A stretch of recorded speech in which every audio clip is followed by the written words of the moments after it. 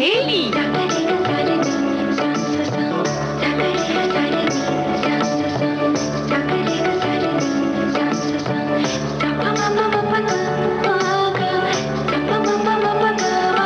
सखी सहेली।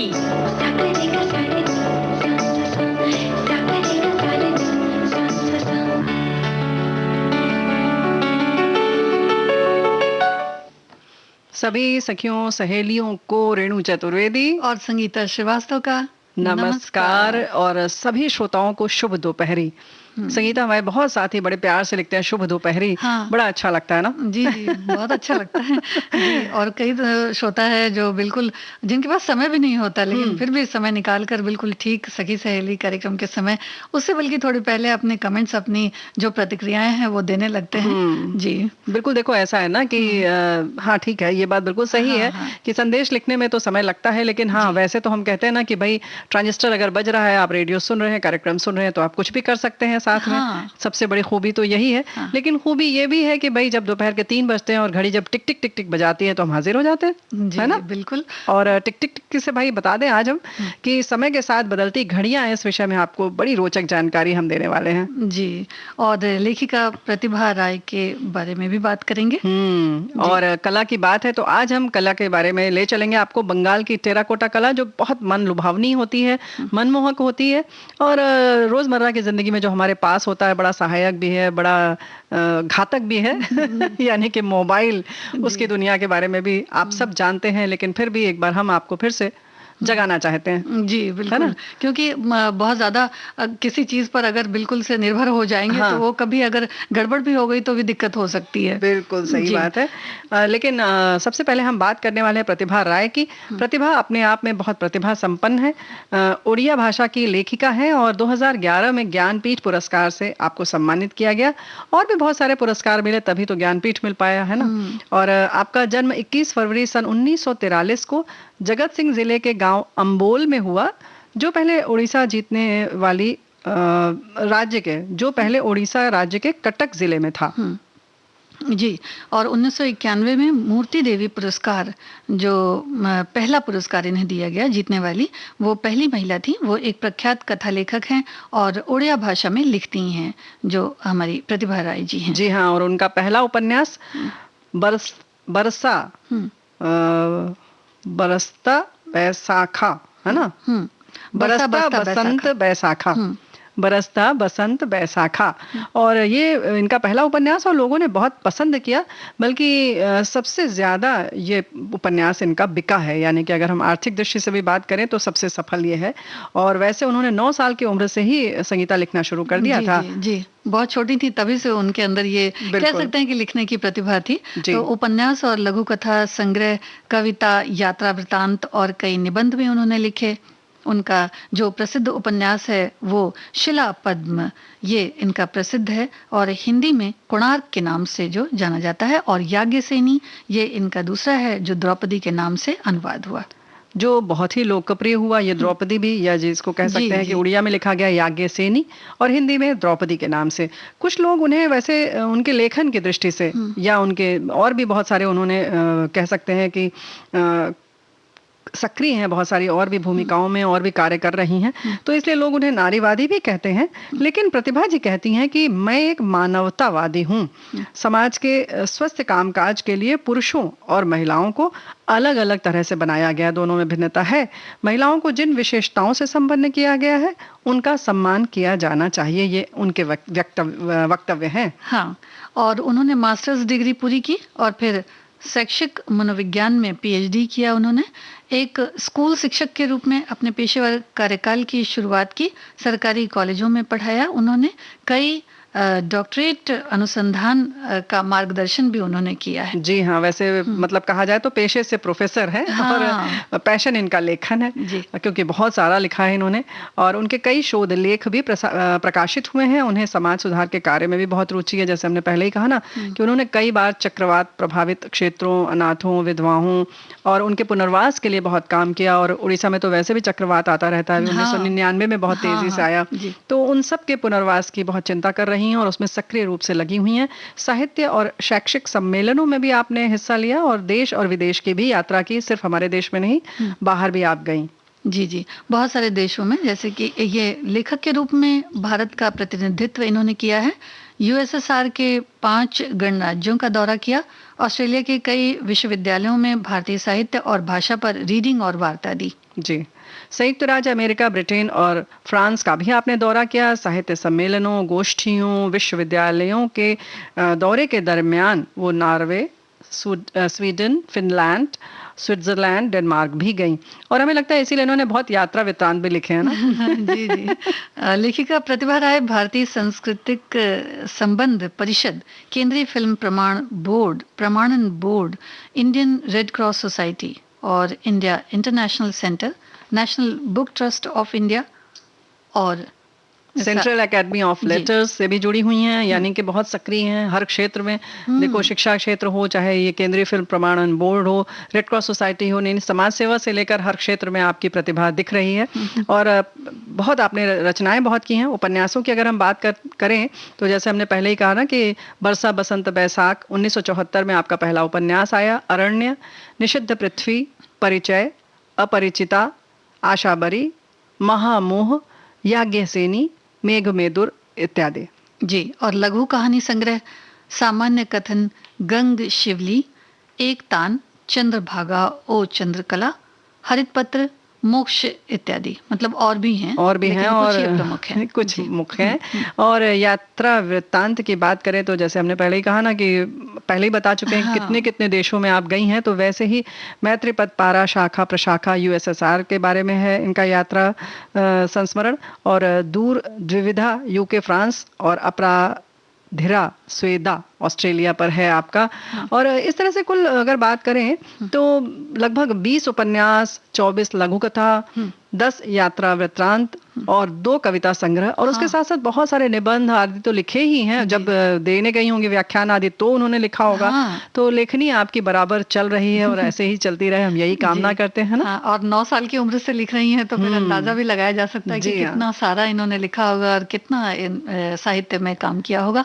ओडिशा साहित्य अकादमी पुरस्कार इन्हें दिया गया 1985 में और झनकार पुरस्कार से 1988 में नवाजा गया।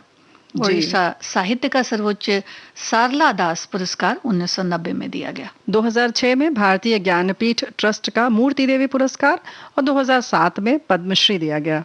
जी, और ज्ञानपीठ पुरस्कार 2011 में, ओडिशा लिविंग लेजेंड अवार्ड भी इनको दिया गया है 2013 में। तो कितने सारे अवार्ड्स हैं, इन्हें देख करके कितना अच्छा लगता होगा। ये देखो कि कितना काम किया है। हमें जब सुनकर इतना अच्छा लग रहा है तो आपको भी अच्छा लगता होगा। और आप अपने पिता को ही रोल मॉडल मानती हैं। पिता परशुराम दास ये भी टीचर थे, तो शिक्षा का जो है कहना चाहिए कि एक उनके संग नसों में था, उनके खून में था, है ना। जी जी, बिल्कुल। और इसी वजह से वो उनको भी शायद ये रुचि हुई होगी कि लेखन की कला की रुचि हुई होगी। और जाहिर सी बात है रेणु जी, अगर घर में कोई ऐसा होता है तो फिर छोटी छोटी कविता जब बच्चे लिखते हैं तो उस पर कुछ ना कुछ संशोधन भी हो जाता है और फिर बता भी दिया जाता है कि भाई यहाँ ये ठीक है, यहाँ ये गलतियां हैं, तो इससे और परिष्कृत होता चला जाता है, परिष्कृत होता रहता है। लेकिन उसके बाद भी हम किस तरह से इतनी विधा में काम कर सके, ये फिर तो आपके अपने ऊपर है। घर वाले आपको एक संस्कार देते हैं, एक मिट्टी दे देते हैं, लेकिन उसके बाद आपको पुष्पित पल्लवित होना तो आपके अपने हाथ में है ना। तो कुछ इसी तरह से आपने प्रतिभा दिखाई। हम आपकी लेखनी को धन्य करते हैं, धन्य मानते हैं कि आपने इतना साहित्य सृजन किया और बहुत सारी भाषाओं में अनुवाद भी हुआ है। सिर्फ हिंदुस्तानी नहीं बल्कि विदेशी भाषाओं में भी आपकी कृतियों का अनुवाद हुआ है। इतनी रोचक आपकी कृतियां हैं। जी जी, उसी से पता चल जाता है कि कितना मतलब इतना नाम और इतनी इनकी जो किताबें हैं उनको लोगों ने कितना पसंद किया। इतना वृहद संसार है। तो अब चलिए हम चलते हैं गीत के संसार में, संगीत के संसार में।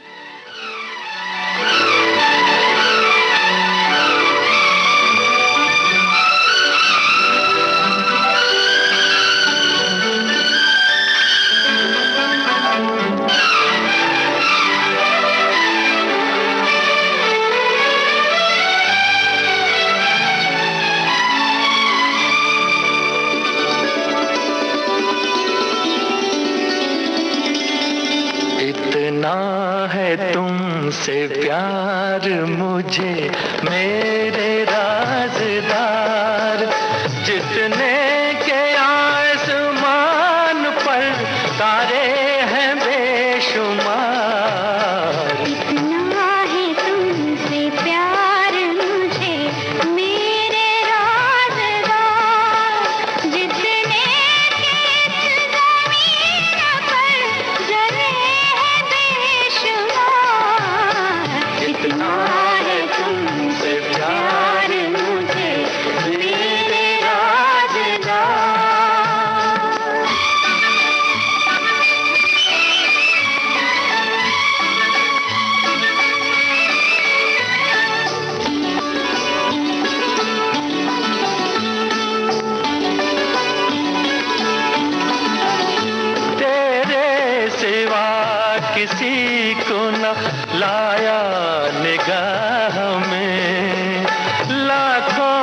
हसीन आए जवानी की राह में, सदियों से कर रहा था तुम्हारा ही इंतजार। इतना है तुमसे प्यार मुझे मेरे राज़दार, जितने के आसमान पर तारे हैं बेशुमार। इतना है तुमसे प्यार मुझे मेरे राज़दार।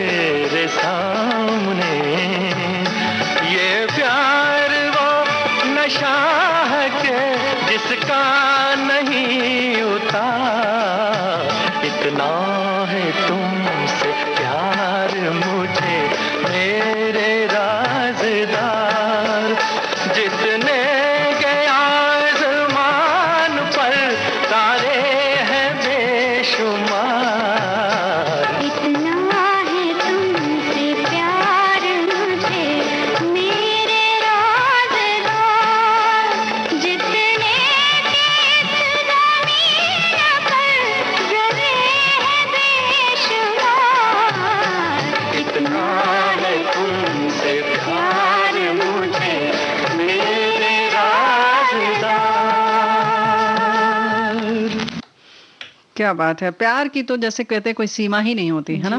बहुत कुछ बेशुमार, सब बेशुमार।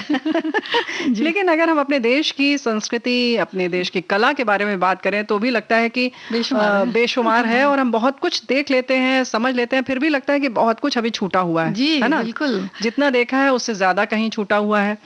और ऐसे ही है अगर हम चलें थोड़ा सा बंगाल की तरफ, तो टेराकोटा जो है यहाँ की बड़ी खासियत है। इसका रंग बड़ा आकर्षक होता है, चित्त को एकदम चुंबक की तरह खींच लेता है ना। वैसे तो देखा जाए तो इटालियन भाषा का शब्द है टेराकोटा, यानी पक्की मिट्टी या एक प्रकार का सिरेमिक है, जिसका उपयोग बर्तन, मूर्ति और विशेष तौर से डिजाइन बनाने में किया जाता है। और जाहिर है कि डिजाइन की बात आई तो मंदिरों में और भव्य इमारतों में ये अलंकरण किया जाता है। जी, और इसका रंग लाल और भूरे के बीच का होता है। हाँ। जिसके कई साजो सामान और दीपक भी बनाए जाते हैं। इसे पाउडर ग्लास, क्रश्ड पोट्री और सिलिका, एल्यूमिना, मैग्नीशिया, ये सब चीजों को मिलाकर बनाया जाता है। और फिर इसे मफल फर्नेस में पकाते हैं। इसको एक भट्टी होती है विशेष तरीके की, इसमें इसे पकाया जाता है। और किसी भी स्थान की कला वहाँ की जाहिर है, जैसे कि फसलें सब होती हैं जलवायु के हिसाब से, वैसे ही कला भी जैसे होती है। जाहिर है भौगोलिक स्थिति की वजह से ही जहाँ जो चीजें उपलब्ध होती हैं स्थानीय रूप में, उन्हीं से शुरू होती है उसकी। जी। और चूंकि बंगाल में जलोढ़ जमा है, इसलिए मूर्तियों में यहाँ पत्थर की जगह अपनी कलाकृति के लिए लाल मिट्टी की सामग्री का चयन किया गया। तो टेराकोटा मूर्ति कला और भित्ति चित्रकला बंगाल की धरोहर है। जी, और टेराकोटा की मूर्तियों का इतिहास मौर्य युग से भी कुछ पहले का शुरू होता है। कहते हैं कि इन मूर्तियों की प्रस्तुति और सौंदर्य बड़ा ही निराला है, और चेहरे की जो अभिव्यक्ति बनाई जाती है, केश सज्जा जो होती है, जो गहने बनाए जाते हैं, यानी कि टेराकोटा से ही जो गहने बनाए जाते हैं, जो मूर्तियों की पोशाकें होती हैं, वो भी बड़ी आकर्षक होती हैं। और एक चीज और है रेणु जी, कि जो एक चिलमन टाइप की होती है ना तरह की, के सामने जैसे पर्दा है, हाँ, तो वो भी मिट्टी से बना देते हैं और हाँ, बहुत खूबसूरत लगता है। जैसे तुमने कहा ना कि इसका इतिहास मौर्य युग से है, तो हमारे साथी ने लिखकर भेजा है कि 324 से लेकर 187 ईसा पूर्व, यानी 324 से 187 ईसा पूर्व, ये इसका काल इन्होंने लिखकर भेजा। हमारे साथियों ने बहुत सारी जानकारी लिखकर भेजी है। मूर्तियों के कुछ प्रमाण भी हैं, जैसा कि हरिनारायणपुर और पश्चिम बंगाल के पांडु राजार डिबरी में पाया जाता है। जी जी जी। और जैसे तुमने कहा ना कि गहने, पोशाक और घूंघट जैसी चीज भी ये मिट्टी से बना दी जाती है और बड़ा खूबसूरत लगता है। सांचों पर पूरी तरह से बनाई गई टेराकोटा संरचनाएं पश्चिम बंगाल के तमलुक, चंदकेतुगढ़ और पोखरवा और अन्य स्थानों पर पाई जाती हैं। इनकी गुणवत्ता बहुत अच्छी होती है, इतनी कशीदाकारी होती है कि देखकर मन खुश हो जाता है। हालांकि समय बदलने के साथ साथ कुछ परिवर्तन भी इसमें हुआ। जी, पत्थर की चूंकि वहां पर उपलब्धता ज्यादा नहीं है, तो पत्थर की अनुपलब्धता के साथ साथ बंगाल में ईंट का उपयोग लोकप्रिय हो गया, और मंदिरों की जो बाहरी सतह है उसको तख्तियों से सजाने की प्रथा विकसित हुई। और 8वीं और 9वीं शताब्दी में निर्मित पहाड़पुर में महान सोमपुरा महाविहार के बहुत विस्तृत पथ पर अब भी लगभग कहते हैं कि 2000 टेराकोटा पट्टिकाएं हैं। इस प्रकार कई पट्टिकाएं एकत्रित की जाती हैं और एक पट्टिकाओं में दैनिक जीवन के साथ साथ विभिन्न अवसरों और अनुभव जो होते हैं उनको मंदिरों की दीवार पर सजाते समय चित्रित किया गया है। पहाड़पुर और मैनामाटी में शालवन विहार के मुख्य मंदिर के आकार के चबूतरे को भी टेराकोटा पट्टिका की मूर्तियों की एक पंक्ति के साथ सजाया गया है। जी, और इन पट्टिकाओं से शैली का पता चलता है। आधा आदमी, आधी मछली या फूल, बतख की चोंच पर मोती के तार, हाथी और तीरंदाज इसके बहुत सारे उदाहरण में से कह सकते हैं कि एक है जो सामान्य तौर पर देखने में आता है। 19वीं शताब्दी में बंगाल में अधिकांश टेराकोटा मंदिरों का निर्माण किया गया। 17वीं शताब्दी में बांकुड़ा का विष्णुपुर मंदिर, 18वीं शताब्दी में स्थापित पिनाजपुर का कालंजी मंदिर इस कला का सर्वश्रेष्ठ उदाहरण है। जी, कांत जी मंदिर। हाँ। एक बार फिर से बताओ संगीता। जी, दिनाजपुर का कांत जी मंदिर जो है इस कला का सर्वश्रेष्ठ उदाहरण है।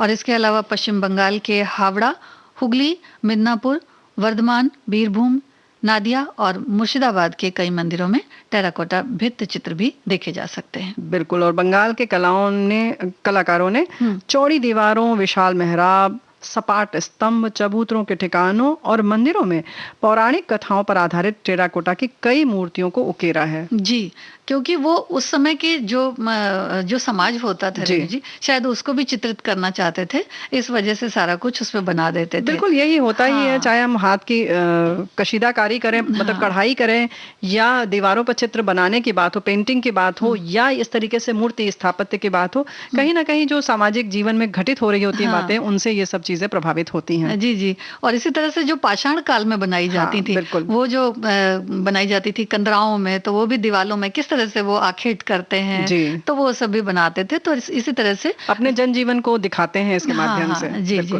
और इसी तरह से रामायण और महाभारत भगवान कृष्ण के साथ साथ समकालीन जीवन, रीति रिवाज, पुरुषों और महिलाओं की जो मूर्तियां हैं या उनके जो क्रियाकलाप हैं वो, और साथ ही साथ जानवरों और पंछियों, फूल और जो भी लताएं हैं वो, और शिकार करना वो, तो काल्पनिक जो जीव होते हैं उनकी कहानियां, ये सब भी वो चित्रित करते हैं। और ये सब बंगाल की शैली को दर्शाते हैं।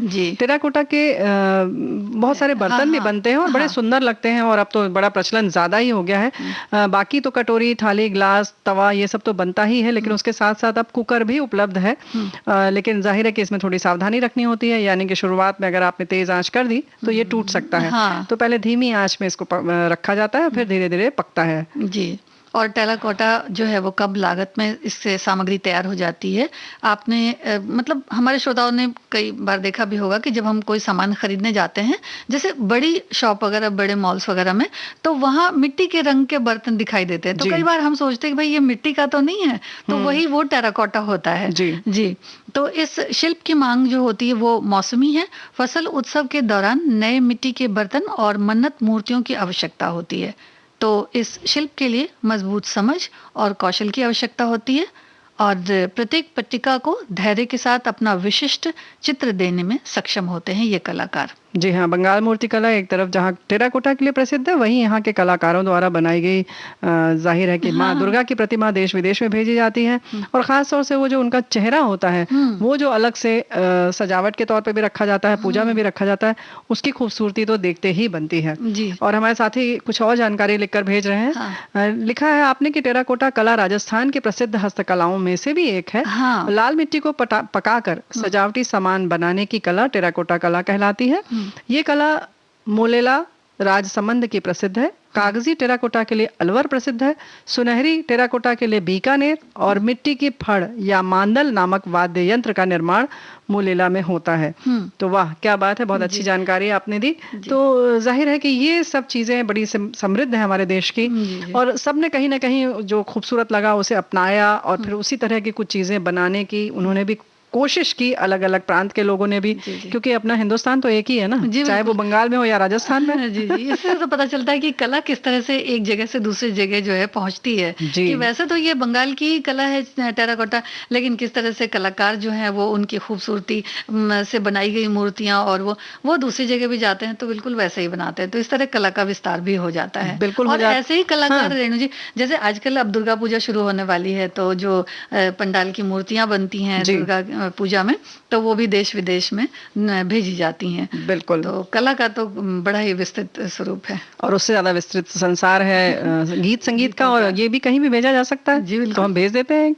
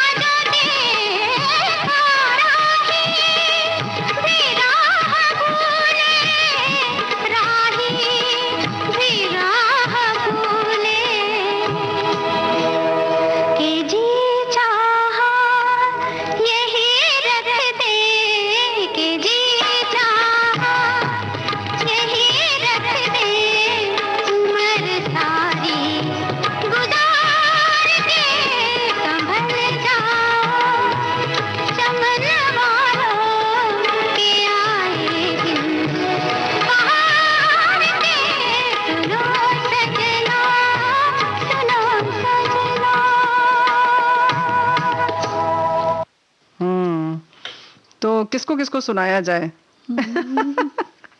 जी, सभी सुनते हैं, सभी सुनते हैं, बिल्कुल है ना? पंछी भी सुनते हैं, पहाड़, पशु पक्षी, हम लोग सभी सुनते हैं मैम। सभी सुनते हैं। जी, जी। लेकिन जो समय बदलता रहता है, इस सब के लिए भी हम साक्षी हैं, गवाह हैं कि हम देखते रहते हैं किस तरह से समय बदलता रहता है। एक युग आता है, चला जाता है, फिर दूसरा आ जाता है। हम लोगों ने बहुत सारी चीजें देखी है ना? जी, बहुत सारी चीजें देखी हैं और घड़ियां भी बहुत सारी देखी हैं। घड़ियां भी बहुत सारी देखी हैं और बदलती घड़ियां भी देखी हैं। हाँ, समय भी बदलता है और घड़ी भी बदलती है। साथी ने लिखकर भेजा है कि परिवर्तन सृष्टि का नियम है। आज के डिजिटल युग ने सब कुछ बदल दिया है। आज मैकेनिज्म पर चलने वाली घड़ियां नाम मात्र रही हैं। आज डिजिटल क्रांति हो रही है तो दुनिया में सब कुछ बदल रहा है। मैं वही दर्पण वही सब कुछ न जाने सब कुछ लागे नया नया, ऐसा कहने का वक्त है। नहीं, नया नया लग क्या रहा है, हो ही गया है ना? बिल्कुल हो गया है और कुछ ज्यादा ही नया हो गया है कि उसे ऐसा लगता है कि कितनी जल्दी सीख लो, या कई बार ऐसा भी होता है कि भाई सीखने की कोशिश में भी लोग पिछड़ ही जाते हैं, कोशिश कर रहे हैं सीखने की, तो मतलब परिवर्तन कुछ ज्यादा ही जल्दी जल्दी हो रहे हैं। जल्दी जल्दी हो रहा है, जल्दी जल्दी समय भाग रहा है। लेकिन जो घड़ी है उसने अपने जीवन की शुरुआत कुछ इस तरह से की थी कि सबसे पहले तो धूप के कारण जो पेड़ों पर या कहे वृक्षों पर किसी स्थिर वस्तु की छाया के द्वारा समय का पता लगाया जाता था कि अब इतनी छाया इधर से इधर गई तो इतना समय हो गया होगा। यानी कि सूर्य की चलने की गति से और उसकी स्थिति से जिस तरह से परछाई पड़ती थी स्थिर वस्तुओं की, उसके हिसाब से हम लोग समय निर्धारित कर लेते थे, अनुमान लगा लेते थे, है ना? और रेणु जी, एक चीज और है कि जैसे अभी घरों में भी, जैसे पुराने घर हैं तो उनमें ये होता है कि भाई कई सारे कमरे हैं, तो जब ऐसा होता भी है कई बार कि जो घड़ियां हैं वो एक बार दिखाई नहीं देती, तो फिर ये समझ में आ जाता है कि अच्छा खिड़की से इतनी रोशनी आई तो अच्छा ठीक है, इतना समय हुआ होगा। बिल्कुल। तो ये आज भी लोग कहीं कहीं अनुमान लगाते हैं और बड़ा सही अनुमान रहता है। बिल्कुल लगता है। अगर आप बिस्तर पर से सुबह उठना हो तो आप देख लेते हैं कि कितनी उजियारी हो गई है सुबह, तो उस अंदाज लग जाता है कि 5 बजा कि 4 बजा है अभी, कि 6 बज चुके हैं, क्या 7 बज चुके हैं, है ना? तो कहीं ना कहीं हम देख लेते हैं और ये पुराने समय से चला आ रहा है। लेकिन बदली और रात के समय ये थोड़ी दिक्कत होती थी, तो फिर जाहिर है कि एक जल घड़ी का आविष्कार किया गया और ये सबसे पहले चीन में हुआ। उसके बाद मिस्र, यूनान, रोम आदि शहरों में भी शुरू हो गया जल घड़ी का। और इसको बनाते ऐसे थे कि इसमें 2 पात्र लेते थे और एक में पानी भर दिया जाता था और उसकी मतलब जिस पात्र में पानी भरा है उसकी तली में थोड़ा सा छेद कर दिया जाता था और उससे थोड़ा थोड़ा जो जल होता था वो नियंत्रित बूंदों के रूप में नीचे रखे दूसरे पात्र में एकत्रित हो जाता था और फिर एकत्रित जल की मात्रा को नापा जाता था और उससे कि कितना जल उसमें जमा हुआ है, तो शायद उससे जो है अनुमान लगाया जाता था कि कितने समय में ये जल जमा हुआ। यानी कि ये अनुमान लगाते थे कि एक बूंद कितने में गई और इतना चला गया तो अब इतना हो गया होगा समय, या 1 घंटा 2 घंटा इतना गुजर चुका है, इतना समय। और अभी उसका एक स्वरूप हम अभी देख सकते हैं और अभी बहुत सारे हमारे साथियों ने देखा भी होगा कि उसकी जगह क्योंकि बाल में रेत या बालू का प्रयोग किया जाने लगा, लगभग वही तरीका वही है। बाद में बालू देख लिया, और बालू वाले उपकरण तो अभी भी दिख जाते हैं। वो अक्सर हम लोग समय को दिखाने के लिए खिलौने के तौर पे इस्तेमाल करते हैं और बहुत सारी जगहों पर उसको स्टॉप वॉच की तरह भी प्रयोग में लाया जाता है। तो जाहिर है कि इसकी जगह हमने जैसे बताया कि बालू या रेत का भी प्रयोग किया जाने लगा। और इंग्लैंड के एल्फ्रेड महान ने मोमबत्ती पर लंबाई की ओर समान दूरियों पर चिन्ह अंकित कर दिए थे और पहले चिन्ह तक मोमबत्ती के जलने पर निश्चित समय व्यतीत होने का पता चल जाता था। यानी कि जितनी बड़ी मोमबत्ती होती होगी उस पर एक धारी लगा देते होंगे और फिर वो जितने समय में गल जाए तो उससे समय का पता चल जाता होगा। और यांत्रिकी घड़ियां कहते हैं कि उसके बाद आ गईं और इनमें पहिए होते थे जो किसी कमानी से लटकते हुए भार से चलाए जाते थे और एक घंटा होता था जो कि थोड़ी थोड़ी देर में या निश्चित अवधि में बजता था और उससे समय का ज्ञान हो जाता था। और जी और 13वीं शताब्दी से यूरोप में लगभग कई जगहों पर घड़ी का प्रयोग होने लगा। इस तरह से धीरे धीरे उसमें मतलब और परिष्कृत रूप होता गया, उसमें और बदलाव होते गए और घड़ियों ने अपना विकास किया कह सकते हैं और विकास की गति में वो भी आगे आई और फिर कारखानों में घड़ियां बनने लगी। फिर धीरे धीरे देखो ना, बहुत बड़ी वाली होती थी, उसमें भी चाबी भरी जाती थी। रोज एक निश्चित समय पर चाबी नहीं भरो तो घड़ी बंद हो जाती थी, है ना। फिर उसके बाद दीवार में जो लटकती थी घंटे कांटे वाली घड़ी, और बहुत सारी थी जो पॉकेट में घड़ी रखी जाती थी, फिर हमारे कलाइयों पर लगने लगी घड़ी, है ना। और अलग अलग उसकी सुइयां भी आती थी। हाँ। तो वो भी देखने में कोई बहुत अच्छी लगती थी। और कुछ कुछ के तो रोमन नंबर रहते हैं, कुछ के 1 2 3 4 ऐसे नंबर रहते हैं। जी बिल्कुल। और कोई छोटी रिस्ट वॉच रहती, कोई बड़ी रहती, और आजकल तो बहुत बड़ी बड़ी चल गई हैं। लेकिन वही याद आती है अलार्म घड़ी की, कि जब अलार्म बजता है सुबह तो लगता है बस किसी तरह से इसे बंद कर दिया जाए, है ना। और लेकिन पंछियों का चहचहाना और मुर्गे की बांग कैसे बंद कर सकते हैं, क्योंकि हम जहाँ पर प्राकृतिक वातावरण है, और जो अगर हम बात करें तो ग्रामीण इलाके की, वहाँ तो पंछियों के चहचहाने से और मुर्गे की बांग से ही समय का पता चल जाता है कि कितना बज गया, है ना। जी, और किसान खेत की तरफ निकल जाते हैं बस अपना काम करने के लिए। अब सुई वाली घड़ियों का चलन कम हो गया है, डिजिटल घड़ियां आ गई हैं। अब घड़ियां भी नहीं है, समय बताती हैं, सीधे 1 लिखा होता है, फिर 2 लिख कर आता है, जो समय के साथ साथ अपनी मतलब बदलता चला गया। और इसी तरह से हार्ट बीट, ब्लड प्रेशर और इन सब जानने के लिए भी डिजिटल घड़ियां दिखाई देती हैं। आजकल ऐसी घड़ियां आ गई हैं कि सब कुछ बताती हैं। जी बिल्कुल। तो अब अगर बात किया जाए कि जैसे घड़ी, इस तरह की घड़ियां अगर होती थी, तो अब इनका पता कैसे चले कि भाई कौन सी नई घड़ी बनाई गई है। तो धीरे धीरे फिर उसको प्रदर्शनी में दिखाया गया, और उसके बाद फिर इलेक्ट्रॉनिक घड़ियों में उसको किस तरह से। और आजकल देखिए कुछ एक घड़ियां ऐसी भी बनी है जो सोलार वॉचेस कहते हैं जिन्हें, जो सूरज की रोशनी से भी चलती हैं। और ये घड़ियां रेणु जी जब बनाई जाती थी तो हाथ से बनाई जाती थी। अब ये है कि इन्हें अगर ये खराब हो गई हैं तो इन्हें बनाया कैसे जाए। तो भाई इसके लिए तो घड़ी साज जो है उनकी बड़ी अहमियत है। अभी भी बैटरी आदि बदलने के लिए घड़ी साज के पास जाना तो पड़ता ही है ना संगीता। बिल्कुल जाना पड़ता। अरे तुमने जब ये उसकी बात की कि सोलर से जो वो चार्ज हो जाती है घड़ी, लेकिन जो हम लोगों ने पहले बात की कि किस तरह से परछाई से हम करते थे, उसमें सौर घड़ी का बड़ा महत्व था। और पत्थर से उसको बनाया जाता था, एक पत्थर के चबूतरे पर, और उसमें समय लिखा जाता था, और एक लंबवत सा उसमें एक तिकोना सा वो रखा जाता था पत्थर का, और उससे उसका समय पता चलता था। उसमें बाकायदा समय लिखा भी होता था कि अब 1 बज गया, 2 बज गया, 3 बज गया। लेकिन फिर दिक्कत वही होती थी कि अगर बदली है, धूप नहीं निकली, तो उन समय का अंदाज नहीं लगता था। लेकिन हम बात कर रहे थे घड़ी साज की। घड़ी साज एक ऊंचे दर्जे के भाई बड़े कारीगर होते हैं और बड़ी डिमांड होती है इनकी। जैसे कि बाकी स्किल की लोगों की जरूरत पड़ती है जिनके में कोई हुनर है, वैसे ही इनकी बहुत पहचान होती है। तो जाहिर है कि हमें जब भी घड़ी बिगड़ती थी तो घड़ी साज के पास जाना पड़ता ही है ना जी। और फिर वही बनाते थे, और उन्हीं की दया दृष्टि अगर पड़े तो ही घड़ी बन पाएगी। जी हाँ। और फिर दादाजी की घड़ी को कैसे भूला जा सकता है। हाँ, दादाजी की घड़ी तो टिक टिक टिक टिक करती रहती थी। तो हम भी कुछ टिक टिक कर ले। जी। टिक टिक टिक टिक टिक टिक टिक टिक टिक टिक टिक टिक टिक टिक टिक टिक चलती जाए घड़ी, कल आज और कल की पल पल जुड़ती जाए कड़ी। हाँ हाँ हाँ। टिक टिक टिक टिक टिक टिक टिक टिक टिक टिक टिक टिक टिक टिक टिक टिक चलती जाए घड़ी, कल आज और कल की पल पल जुड़ती जाए कड़ी। हाँ हाँ हाँ। टिक टिक टिक टिक टिक टिक टिक टिक टिक टिक टिक टिक टिक टिक टिक टिक चलती जाए घड़ी, कल आज और कल की पल पल जुड़ती जाए कड़ी। हाँ हाँ हाँ हाँ। टिक टिक टिक टिक टिक टिक टिक टिक टिक टिक टिक टिक टिक टिक टिक।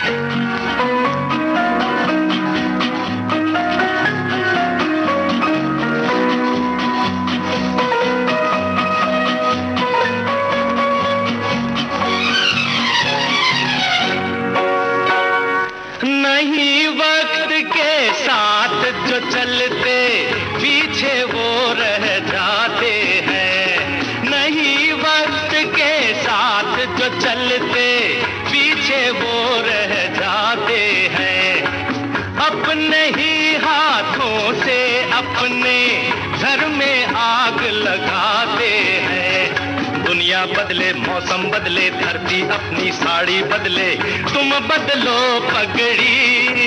कल आज और कल की पल पल जुड़ती जाए कड़ी। हाँ हाँ हाँ। टिक टिक टिक टिक टिक टिक टिक टिक टिक टिक टिक टिक टिक टिक टिक टिक चलती जाए घड़ी, कल आज और कल की पल पल जुड़ती जाए कड़ी। हाँ हाँ हाँ। टिक टिक टिक टिक टिक टिक टिक टिक टिक टिक टिक टिक टिक टिक टिक टिक।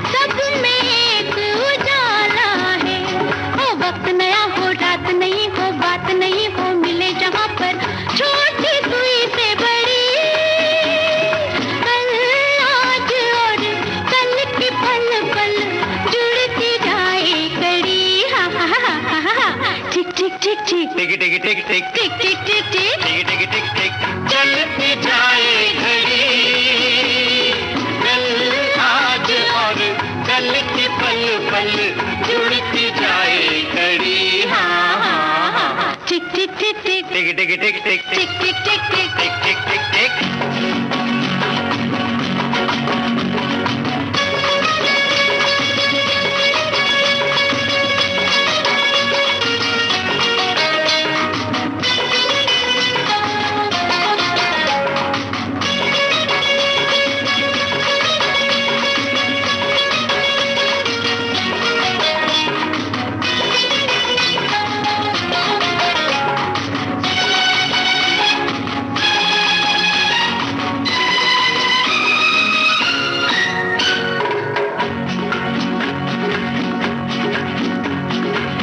रमता जोगी बहता पानी वक्त की राम कहानी है। रमता जोगी बहता पानी वक्त की राम कहानी है।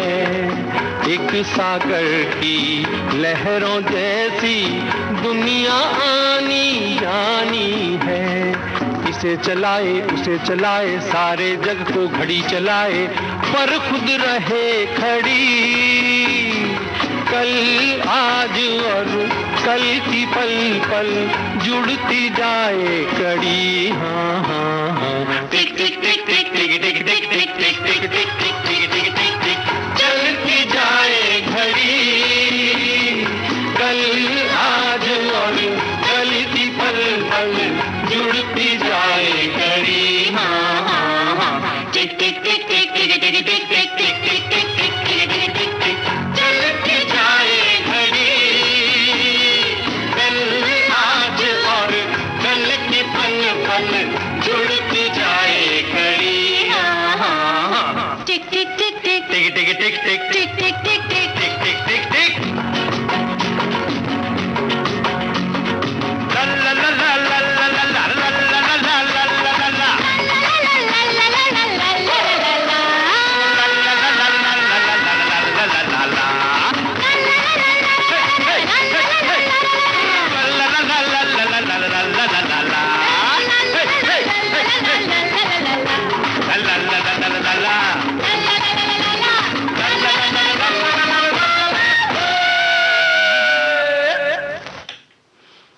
चलती जा रही है, चलती जा रही है, और चलते चलते हम यहाँ पहुंच गए कि ये जो टिक टिक करने वाली घड़ी थी ना, वो सब जगह से लगभग गायब ही हो गई है। जी बिल्कुल, है ना? बिल्कुल रुकने का नाम नहीं लेती, ना समय ना घड़ी, कुछ तो चलते रहना है बस साथ में। नहीं, चलते रहना है इसलिए क्योंकि जब ये हाथ में मोबाइल आ गया, घड़ी तो गायब ही हो गई, हाँ है ना? जी। लेकिन हमारे साथी बहुत अच्छा, बहुत प्यारा सा इन्होंने लिखकर भेजा है संदेश कि कुछ भी, मतलब कितना भी महंगा आप फोन ले लें, कुछ भी कर लें, लाख रुपए की मोबाइल को आप अपने हाथ में लें, लेकिन घड़ी जो पहनने का मजा है ना, वो कुछ और ही था। जी है कि बिल्कुल, नहीं? हाँ। और दो चीजें होती है ना कि एक तो तुरंत समय देख लें जी। और दूसरी बात हाथों की सुंदरता भी बढ़ जाती है। हाँ, हाथों की सुंदरता बढ़ जाती है, और बाकी कुछ और पहनने का मतलब संभावना है वो भी नहीं रहती है, जरूरत नहीं पड़ती है। भाइयों के लिए खास तौर से हाथ में क्या पहने, हम लोग तो चूड़ियां पहन लेते हैं, जी बिल्कुल, है ना? तो कुछ चीजें हैं कि अच्छा लगता है, यूं कह सकते हैं कि सजावटी की तरह भी काम आता है, यानी कि हमारे हाथ को सजा भी देती है घड़ी जी। और वो भी। लेकिन अब तो बस सब कुछ मुट्ठी में बंद हो गया है। जी, अब तो ब्रेसलेट पहनने लगे। हाँ। घड़ी की जगह ब्रेसलेट।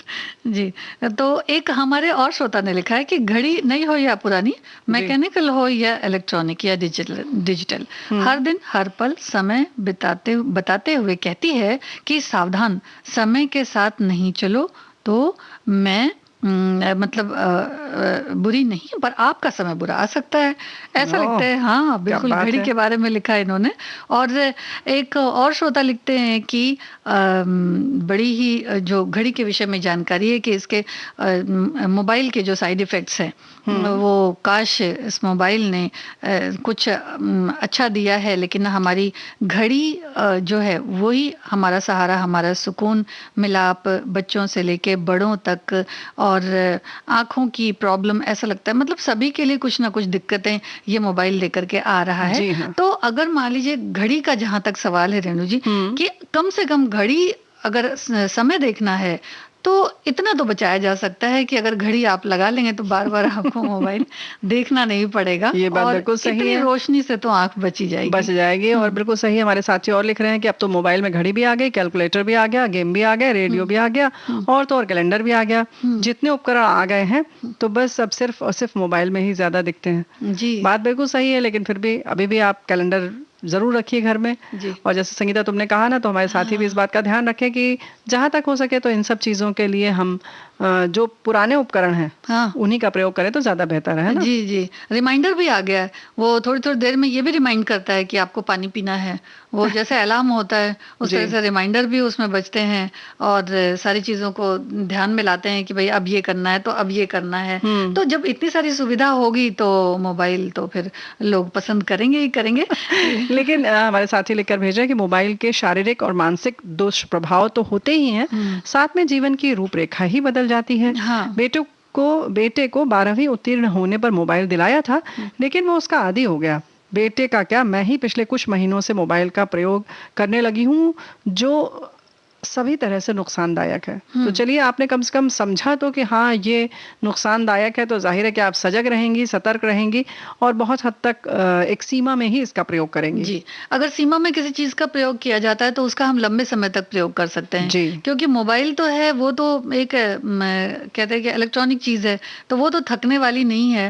लेकिन अपनी आंखें थक जाती हैं, उन पर जो रोशनी पड़ती है उसका प्रभाव पड़ता है। तो जाहिर है कि आंखें तो जितने लंबे समय तक चलें वो अच्छा है। हाँ। तो मोबाइल का बड़ा ही संभाल कर इस्तेमाल करना चाहिए। और खास करके ये देखा गया है कि बच्चे जब मोबाइल चलाते हैं तो फिर बहुत देर देर तक उनको पता ही नहीं चलता कि कितना समय बीत गया। वैसे हमें पता चलता है क्या? जी, हम लोग जब कार्यक्रम करते तो नहीं पता चलता है बिल्कुल नहीं, लेकिन हम भी मोबाइल जब प्रयोग में लाते हैं तो बिल्कुल नहीं पता चलता है। हमारे साथी लिखकर भेज रहे हैं कि एक शोध में बताया गया है कि इलेक्ट्रॉनिक उपकरण हमारे स्वास्थ्य पर बुरा असर करता है, आंखों पर ज्यादा प्रभाव पड़ता है क्योंकि हम लगातार मोबाइल में रहते हैं। आजकल बच्चों का ऑनलाइन क्लास भी मोबाइल पर ही हो रहा है। डिप्रेशन तक होने की संभावना होती है। जितनी जानकारी मिलती है उतना ही उसको नुकसान भी हो रहा है।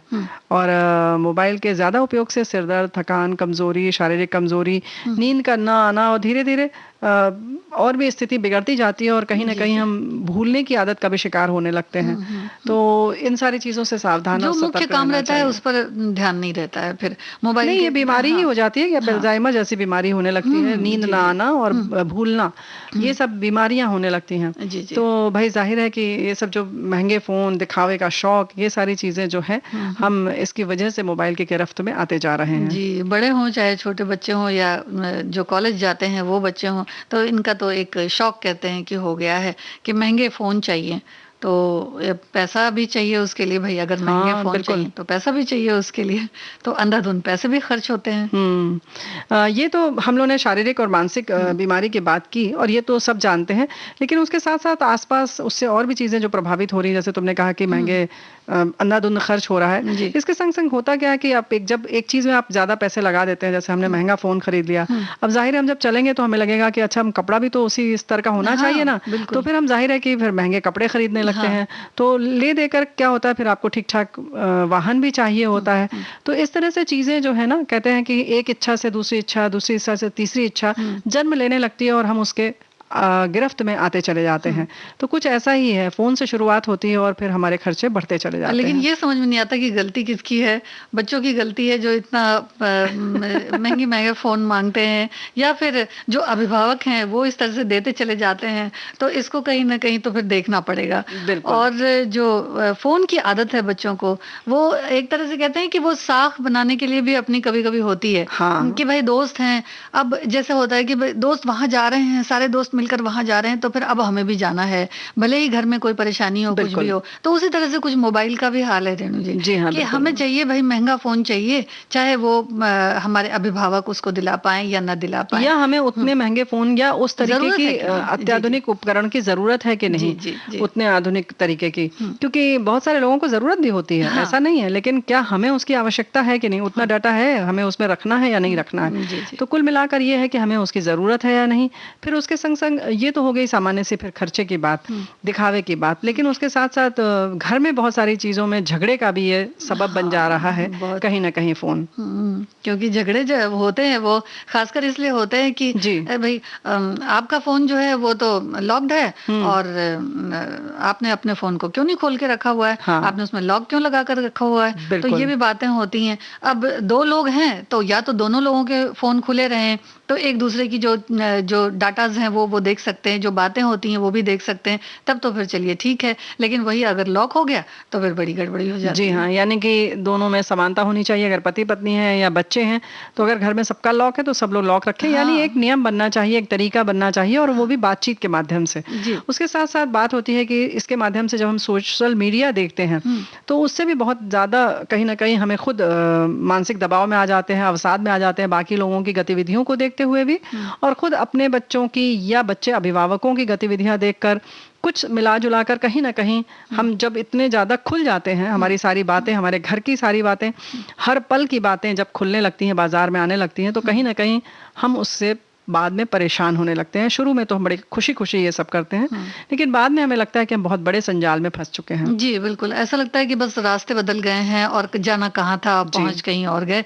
तो इससे पहले कि जहाँ जाना है वहीं जाना है, तो उसको बिल्कुल ध्यान में रखें। और मोबाइल की जो एक व्यस्तता होती है वो बड़ी ही अलग तरीके की होती है। कि कभी जैसे देखा गया है कि कई लोगों को जिस गंतव्य पे उतरना है तो वहां भी नहीं उतर पाते हैं, बिल्कुल आगे निकल जाते हैं, पता ही नहीं चलता कि मोबाइल चला रहे हैं। और खास करके अगर आप किसी यातायात में हैं तो वहां से मोबाइल के गिरने का भी डर होता है। किसी ने अगर समय पूछ लिया तो फिर मोबाइल से तो बिल्कुल समय नहीं बताया जा सकता, तो बेहतर है कि घड़ी है उसी से समय बताया जाए। या फिर कई बार ऐसा भी होता है कि मोबाइल है, उसे निकालने के चक्कर में वो ट्रेन जा रही है, भाग रहे हैं, तो वो मोबाइल गिर के फिर वो बिखर गया। अब वो ट्रेन भी गई और बाद में मोबाइल को जोड़ा जा रहा है, लेकिन अब उसके पुर्जे कहाँ मिलने वाले हैं। तो बिल्कुल ये सारी दिक्कतें तो हैं, थोड़ी सी बातें और भी हैं, लेकिन फिलहाल हमें लगता है संगीता एक गीत हम लोग सुन लें और उसके बाद आगे बात करते हैं।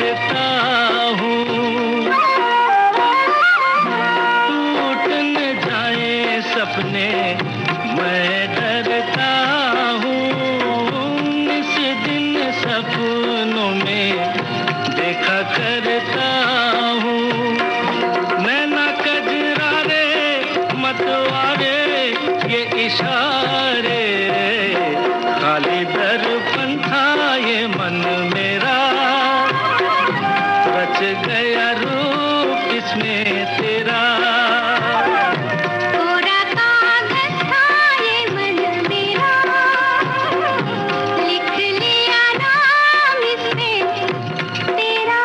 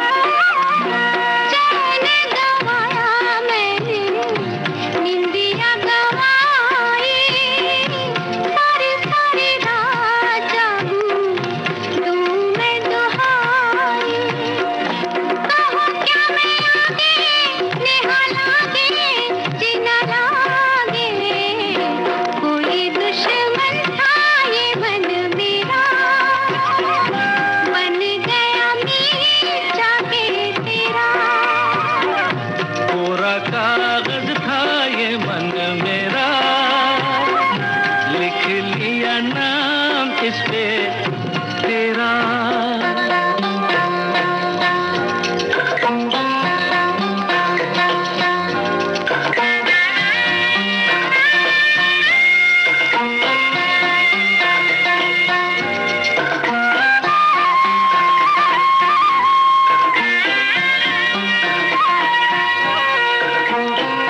बागों में फूलों के खिलने से पहले, तेरे मेरे नैनों के मिलने से पहले, हाँ, बागों में फूलों के खिलने से पहले, तेरे मेरे नैनों के मिलने से पहले, कहाँ थी ये बातें, मुलाकातें, ऐसी रातें, टूटा तारा था ये मन मेरा, बन गया चाँद होके तेरा। कोरा कागज था ये मन मेरा। तो भाई ऐसा है ना कि सेल्फी जो है वो तो हमें सब पता ही है कितना घातक है फोन के साथ में रहने की वजह से। कभी कभी बड़ी प्राकृतिक नज़ारों, खूबसूरत मौसम, इन सब का आनंद हम नहीं लेते बल्कि फोन उठाते हैं और फोटो खींचना शुरू कर देते हैं। भविष्य के लिए उसको सुरक्षित करते हैं, लेकिन अभी फिलहाल जो हमें आनंद लेना चाहिए कहीं ना कहीं हम इस मोबाइल की वजह से उसे छोड़ देते हैं, है ना संगीता? ऐसा भी होता है। बिल्कुल बिल्कुल। और देखिए कितना खतरनाक भी होता है हाँ, कि कहीं भी सेल्फी गए- तो जानलेवा हो जाता है। हाँ, और अब कितनी बार हम लोग पढ़ते भी हैं कि जी। समंदर में खासकर जब नदियों की लहरें उठती हैं तब उस समय समंदर में खासकर देखा गया कि बच्चे तुरंत फोटो लेने के लिए पहुंच जाते हैं। और इसलिए कई बार ये भी हम लोग कहते हैं कि भाई जब पानी बहुत ज्यादा बरसे तो आप ये मत समझिए कि बस के सिर्फ घूमना ही घूमना है, घूमना वहां जो कुछ एक बोर्ड पे लिखा रहता है, सूचना कुछ लिखी रहती है कि इधर न जाएं, यहाँ पैर न रखें, इससे आगे न जाएं, तो वो भी ध्यान देना चाहिए। जी हाँ, तो ये तो हो गई कि हमें अपनी सावधानी रखनी चाहिए, यानी कि कहीं ना कहीं हम मोबाइल भी हमारे लिए जानलेवा हो जाता है। हाँ। और इसके साथ साथ जब हम घूमने निकलते हैं तब हमें थोड़ा सा सतर्क रहना चाहिए। अक्सर सामान उठाने करने में छूट भी जाता है। एक बात और है, हैक होने की भी बड़ी संभावना रहती है। अक्सर हम बैठे ट्रेन आदि में या कहीं भी सार्वजनिक स्थल पर कोई भी चीज अपना डाटा इधर उधर कर रहे हैं तो कहीं कोई और भी आपके इससे सब कुछ ले सकता है, आपकी निजी जानकारियां हासिल कर सकता है। तो फोन कहीं ना कहीं इस तरह से भी घातक हो जाता है। तो जी। इसके प्रयोग में बड़ी सावधानी रखनी जी चाहिए। जी, कई तो ऐप ऐसे बना दिए गए जी। हैं जिनका इस्तेमाल भी नहीं आता लेकिन उसको इस्तेमाल करते हैं लोग। हाँ। तो रेणु जी ऐसा होता है कि अगर हम आंख बंद करके किसी भी ऐप को इस्तेमाल करते हैं तो फिर उससे हम ही परेशानी में फंस सकते हैं। बिल्कुल। जैसे कि आपने कहा कि डाटा इधर से उधर हो जाता है, तो जो अगर बैंक से रिलेटेड या कोई चीज ऐसी है तो जब आप उस ऐप को डाउनलोड करते हैं, अपने पास रखते हैं, तो आप उसको पूरी तरह से देख लें कि ये किस तरह से चलाया जाएगा, इसकी क्या सावधानियां होनी चाहिए, बिल्कुल। और तभी उसको आप इस्तेमाल करें। बिल्कुल सही बात है। और इसके साथ साथ जो सामान्य तौर से हम जो समस्या की बात कर रहे हैं वो हाँ। ये भी है कि हम करने के लिए कुछ, जैसे जानकारी का तो खजाना है, ये बात तो बिल्कुल सही है कि इसकी सकारात्मक बात जो है वो ये हमें हाथ में बैठे बैठे जो भी जानकारी चाहिए मिल जाती है। लेकिन कहीं ना कहीं हमें ऐसे भटकाता है कि पूछो मत। जानकारी का समंदर है तो जाहिर है हम देखने बैठते हैं कुछ और हमने पढ़ना है हमें आम और पढ़ने लगते हैं इमली, तो कहीं ना कहीं और चले जाते हैं। तो कहीं ना कहीं हमें ये भटकाता भी है। तो इन सारी चीजों का हमें ध्यान रखना होगा। जी। और इसका एक अल्टरनेट भी सोच के रखना होगा कि चलते चलते अगर बंद हो गया तो क्या होगा। चलिए उसको हम फिर कभी सोचेंगे, क्योंकि अभी घड़ी के समय कुछ कह रही है कि अब हमें विदा लेना चाहिए। जी, तो सभी को संगीता श्रीवास्तव और रेणु चतुर्वेदी का नमस्कार। नमस्कार।